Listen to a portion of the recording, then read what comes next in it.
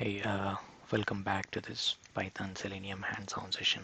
So let's see in depth like what does this boilerplate code does. So so this session deals with creation and quitting, creation of the browser instance and quitting of the browser instance. So this is completely optional if you are familiar with the boilerplate code that we have gone so far. I think this is an optional section for you. So let's go ahead with the initial code snippets, like the code snippets, and let's merge these code snippets at last. So here in this code snippet, which actually deals with creation of the service object, so that is actually taken care here. So WebDriver manager pack. So this Chrome driver manager is imported from this WebDriver manager package. So this class is responsible for downloading the correct version of Chrome driver for the installed version of Google Chrome browser on the system. So the install method, which is shown here, this install method of Chrome driver manager downloads and installs the Chrome driver executable and returns a service object that can be used to start Chrome driver service. So that's how we are creating the service object here, and this Chrome driver service is later on passed to the WebDriver instance that we are creating in the later part. So that is uh, that is the whole sense of this code. The service object is stored in a Chrome service variable. The service object represents the Chrome driver service that is running in the local machine.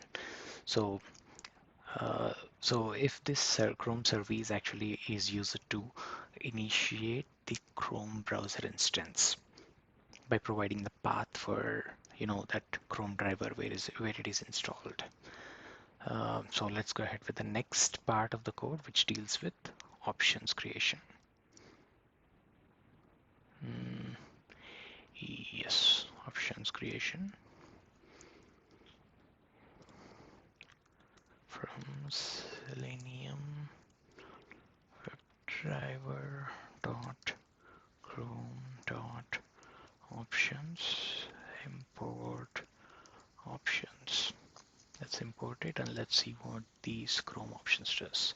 So here in this Chrome options, uh, so we'll be having this Chrome options class instantiated, and this is the Chrome options object. So for this Chrome options, you might need to add two arguments, which is no sandbox and also disable dev SHM usage.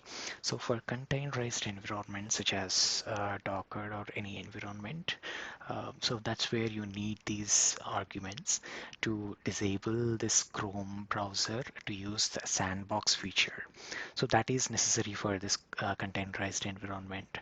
So other than this disable dev SHM usage. So generally, Chrome browser uses this .dev .shm path for creating shared memory files. For any containerized environments, right? These path is very limited. So for this reason, let us say if we don't provide this option, Chrome browser uses that /dev/shm path, and it will fail, it will crash saying that dev tools active port file does not exist. So that is a error that we happen to see while using Chrome browser. Just to avoid these error, we'll be using these two arguments only in containerized environments. And if we are using machines like MacBook or Windows machine or Linux machine or any virtual machine, in that case you may not need these two options. Okay, so let's go ahead with the next part of the code, which is Chrome browser initiation. So webdriver.chrome. So you are creating this code uses Selenium Python library to create an instance of Google Chrome web browser. So this part of the code we need to import it. So let's go ahead and import it.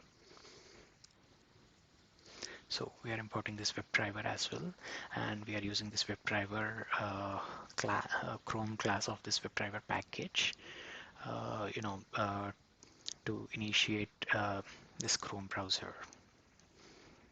So the WebDriver module is imported from Selenium library. as we can see in the import statement.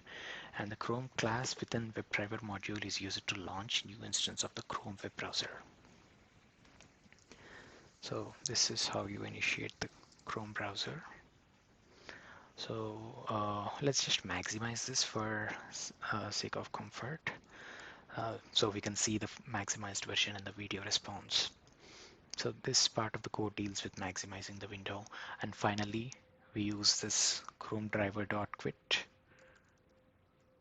function to quit the browser. So there is a different methods for closing this Chrome browser, which is Chrome browser.quit or Chrome browser.close. So the difference between these two methods we'll just explain in the subsequent session. So for this, for now, we can assume that Chrome browser.quit actually closes this WebDriver session. Okay, so I think once it is maximized, let's quit it. Or else we'll just go with one more argument, which says navigation to a specific page, which we have done in the earlier sessions as well. So this piece of code does that. It navigates to localhost UI test page. And let's see what happens here. Click on this SE Selenium video.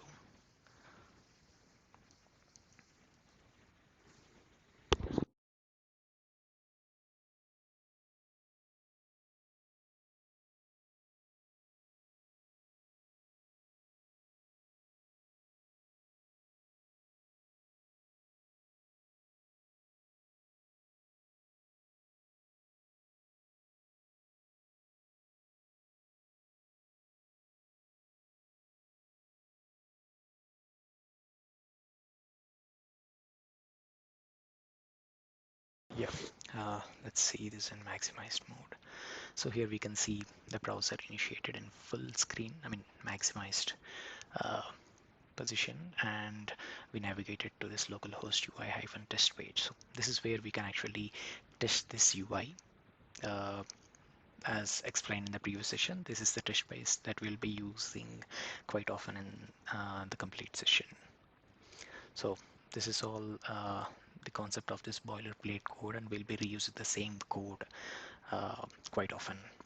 Thanks for joining me, and let's go ahead with the next session where we can actually go through some commonly used WebDriver properties and functionalities. Yeah, thank you very much. Thanks for joining, and see you later.